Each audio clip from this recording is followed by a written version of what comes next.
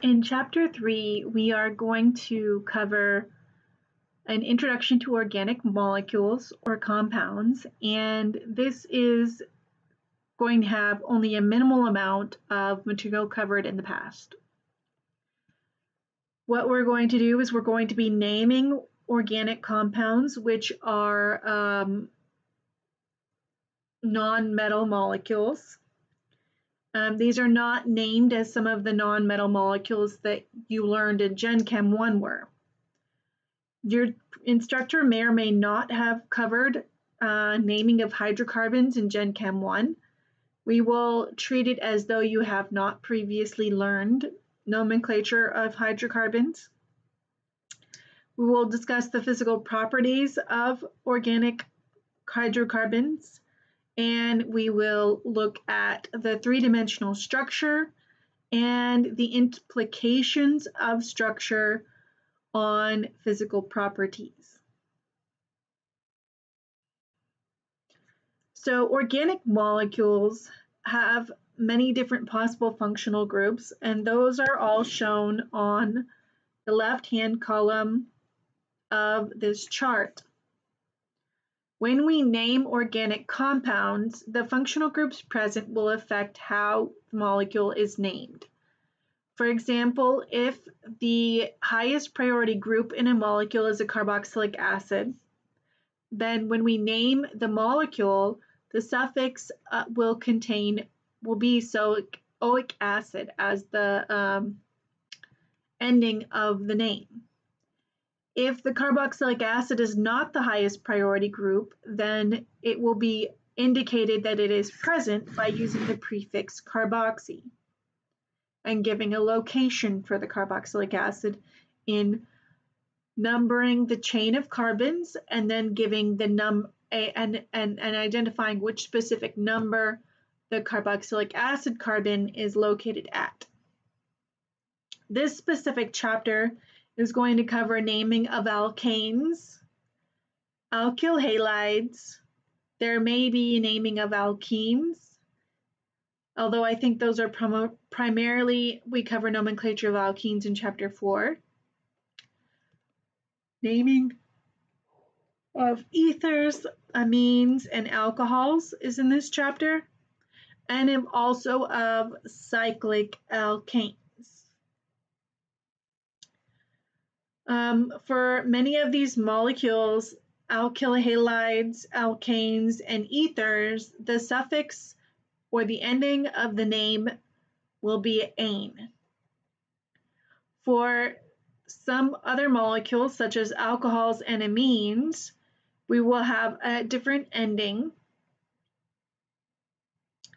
And we can always know whether a molecule contains carbon-carbon double bonds by looking at a suffix, as a double bond is indicated by a suffix of -ine, a triple bond is indicated by a suffix of -ine, and a single bond is indicated by a suffix of -ane. So beginning with molecules that contain only carbon-carbon single bonds, alkanes are hydrocarbons. They contain only carbons and hydrogens if it is a pure alkane. The general molecular formula for a hydrocarbon is something that is very important to know and remember, and it will be used throughout Organic 1 and Organic 2. I can tell you specifically that you will definitely need it in Chapter 13, in Chapter 4, and in some of the other chapters that we are covering. The general molecular formula is meaning that CnH2n+2, as long as you know how many carbons your molecule contains, you can determine the number of hydrogens. For example, if n is equal to 6,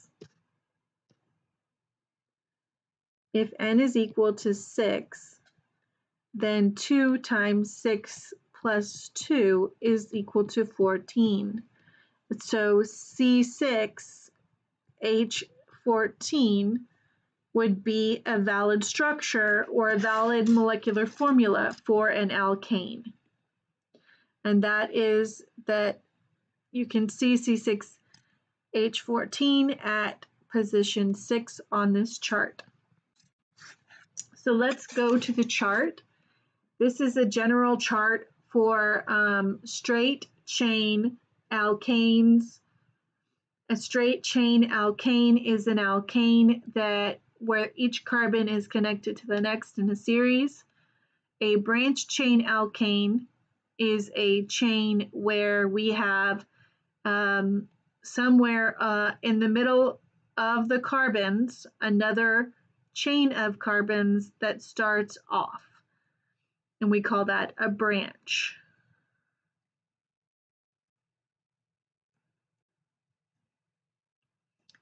Okay, so for naming of alkanes, straight chain alkanes, what we have to do is memorize the prefixes, because all alkanes will end with the suffix -ane. And the prefix is going to tell us how many carbons are contained in the molecule. The first 4 you will have to memorize, as they are not prefixes which you have previously learned. So for 1 carbon, we use the prefix meth. For 2 carbons, we use the prefix eth.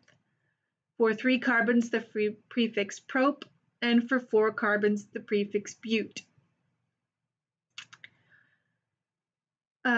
For subsequent carbons, these prefixes correspond to the prefixes for polygons that you learned in elementary school. Pentagons is a 5-sided figure, and pentane is a 5-carbon molecule. A hexagon is a 6-carbon figure, and a hexane is a 6-carbon molecule.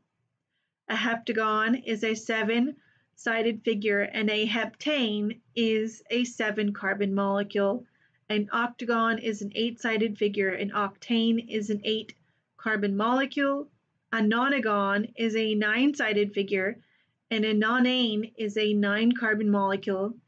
A decagon is a 10-sided figure, and a decane is a 10-carbon molecule. I do not expect you to memorize the prefixes for molecules containing more than 10 carbons. This chart also gives us the boiling point and the melting point and some of the densities.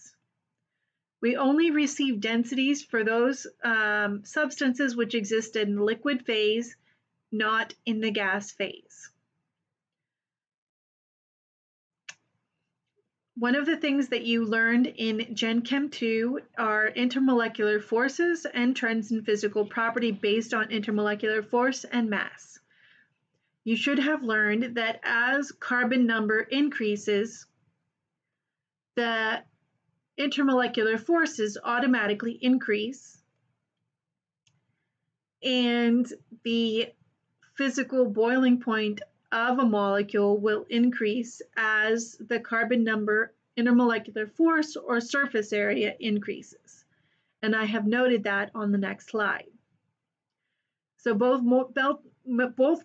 boiling point, melting point, and density will all increase as the number of carbons increases.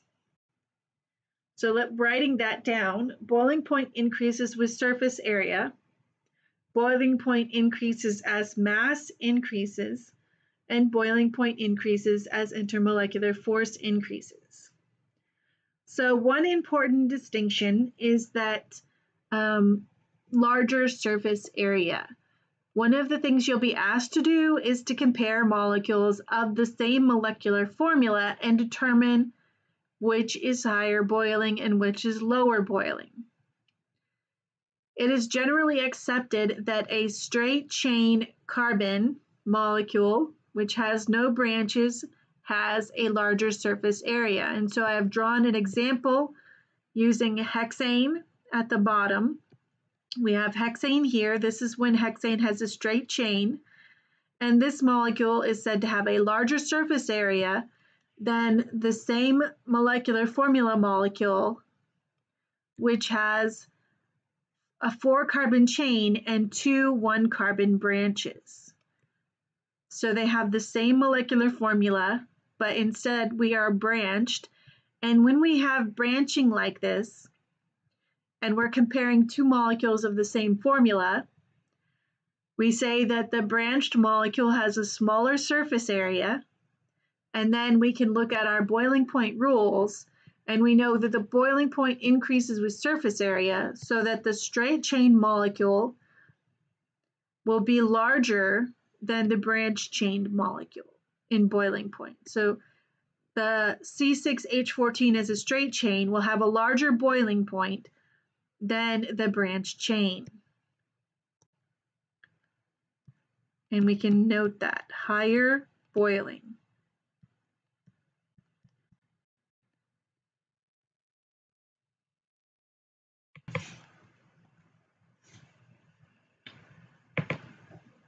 We have some terminology next. Homologues. The term homologues refers to carbon chains that differ by one CH2 group. This is not a term that you will see very often. I've never seen a question about this on an ACS exam. I've never put a question about homologues on my exams, and I've never seen a question from the MCAT about homologues. All right, so let's start nomenclature on the next video.